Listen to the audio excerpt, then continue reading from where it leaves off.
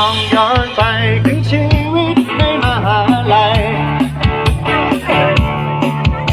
เราตั้งคำถามว่ามหาลัยให้อะไรลองจำได้ไหมครับทุกคนนะไม่ได้สอนให้เรียนแข่งขันในครั้งนั้นไม่ได้สอนให้ได้